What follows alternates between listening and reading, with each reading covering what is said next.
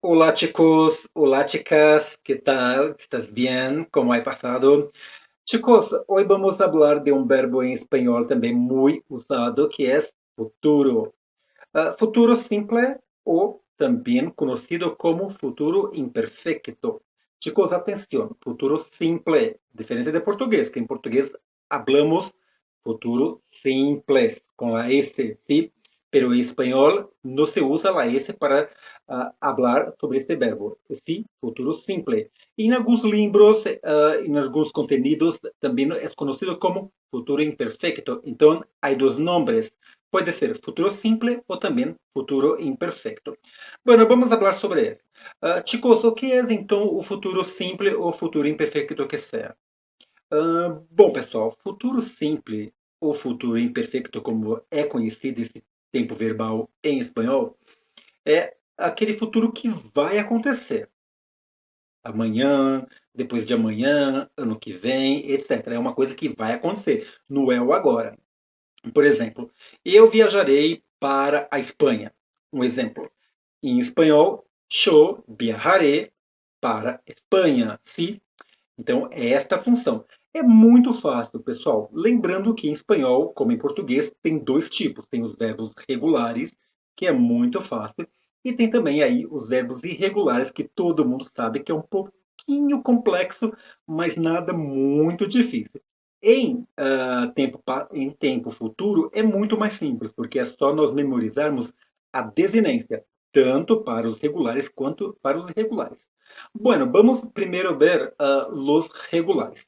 Os regulares qual é? Aquele verbo que eu mantenho todo o meu radical. A única coisa que vai mudar é a desinência. O que é desinência? É a última ou a penúltima letra. São a última, em alguns casos, ou em alguns outros casos, as duas últimas, podendo ser uma vogal ou também uma consoante e junto, tudo bem? No caso do verbo comprar. Comprar eu tenho o quê? Todo o meu radical. Comprar. Em espanhol, o que, que vai acontecer? No futuro, eu vou colocar a letra E na primeira persona. Então, compraré, yo compraré. Eu vou deixar aqui. Yo compraré com tilde na E. Então, a minha desinência, pessoal, é a letra E. Eu tenho aí todo o meu radical, eu não mexo nele, eu só vou incluir a letra E. Segunda persona, tu. Tu comprarás. O tilde vai vir na letra A. Então, na primeira persona, o tilde é na vogal E. No tu, na segunda persona de singular, o tilde é na letra A. Tu comprarás. Terceira persona, temos aí ele comprará com a tilde no A. E aí agora vem os plurais. Nos outros ou nos outras compraremos. Chicos, atenção. Na primeira persona de plural não há tilde. Então, no emos, que é ali a minha desinência, E-M-U-S, não tem nenhum tipo de acento. Tudo bem? Segunda persona, vosotros comprareis.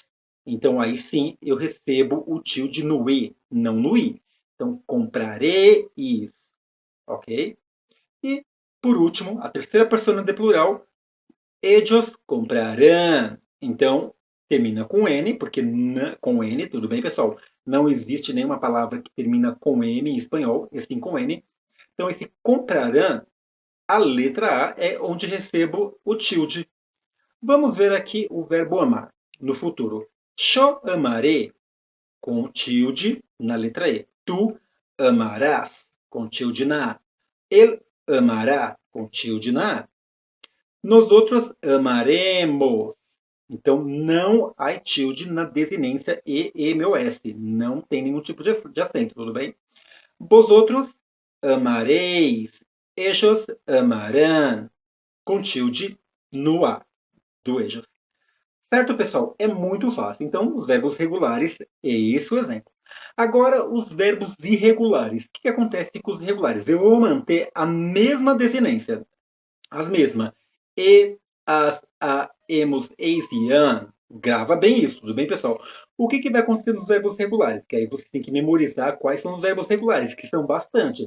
Temos o caber, o haver, o poder, o querer, o saber e assim por diante. Aí o certo é vocês memorizarem os verbos irregulares que existem, né, em espanhol e praticar todos os dias. Aí é uma técnica de prática mesmo. Por exemplo, no verbo caber, que é de caber, eu tenho ali caber, C-A-B-E-R, certo, chicos? Então, o que, que vai acontecer? Eu vou manter, não vou manter todo o radical como eu mantenho lá nos regulares. Eu vou manter só a raiz. Qual que é a raiz? É o C, o A e o B. Essa é a raiz do verbo.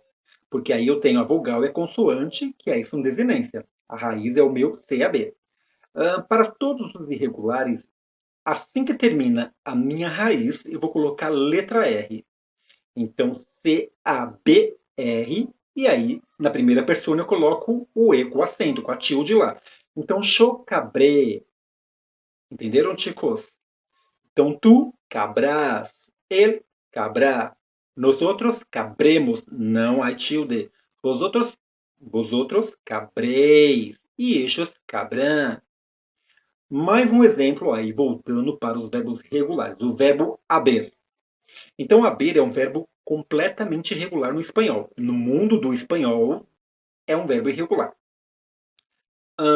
Então, qual que é a minha raiz do verbo? É o H, late, lá e laber. Mas então por que eu não posso usar como radical? Não, não pode, porque o E e o R é o quê? É a desinência. Então esse verbo ele só tem o quê? A raiz. A raiz é o H, o A e o B. É um verbo irregular? É. Então o que, que vai acontecer? Eu vou colocar depois do B a letra R. Então A, o H, perdão, o A, o B e o R. E aí na primeira pessoa eu vou colocar o E com a tilde. Então, yo abré, tu habrás, él habrá, nosotros habremos, vosotros habréis, ellos habrán, certo? Mais um, chicos, vamos ver mais um verbo que seja irregular também. O verbo poder. Então, poder ele também é um verbo irregular para aqui, nós aqui do espanhol. Então, na primeira persona, poder. Então, eu tenho aí raiz, eu não tenho radical. Por que eu não tenho radical? Porque eu tenho a letra P, a letra U, a letra D, pronto. Essa é a minha raiz. E o ER, ele é a desinência desse verbo. Então, eu vou parar ali na letra D. O que, que vai acontecer? Vou pegar essa raiz, vou pegar o R e colocar depois da letra D. Então, P-U-D-R, na primeira persona, o E com a tilde. Então, yo podré, tu podrás, él podrá, nosotros podremos, vosotros podréis e ellos podrán. E assim por diante, chicos. Certo? Pergunta? Então, o que você irá ser, maestro, em próximo ano, em 2021? Eu viajaré com minha família para Paris, para México, para Uruguai, Paraguai, etc.